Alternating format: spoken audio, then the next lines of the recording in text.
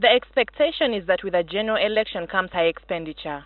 This is what happened in 2011, and there's now belief that it has been repeated in the 2016 general elections. However, according to the National Coordinator for Alliance for Campaign Finance Monitoring, Henry Muguzi, the expenditure this time has surpassed the previous election rounds.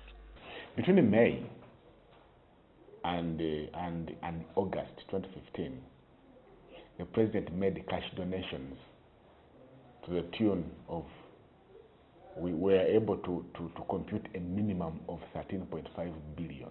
In the months of November and December alone, the total expenditure of presidential and parliamentary candidates across all parties, including independents, was 137 billion. This is 2 months in 16 districts. This is besides the amount so far spent in January and February, plus the 202 billion shillings extended to the Electoral Commission to organize the elections. According to experts, this kind of expenditure has a trickle-down effect on the economy of the country.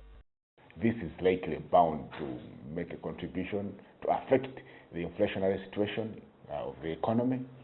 The people that have received the money they've not worked for, all these are likely to have an impact on the economy.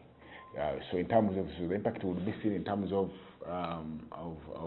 inflation, but also in terms of the central bank raising the central bank lending rate. Market observers also point at the possibility of an aggressive resource mobilization effort by government to fill the resource gap left behind by election expenditure. We are going to set up policy on taxation. For example, now we are going to see the Minister of Finance, Matia Kasaija, or any other person who will be there, widening the tax base.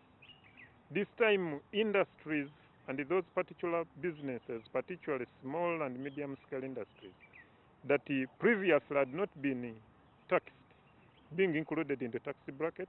With the business community and experts already pointing to a major reduction in foreign direct investments and depressed domestic demand, more questions are being raised on how the country can dig itself out of the current gloomy economic hole.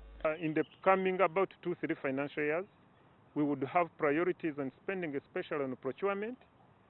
What is it that you are spending on? Is it necessary for that particular organization? Not necessarily to spend simply because it is government. We need to prioritize our finances in line with the national development goals.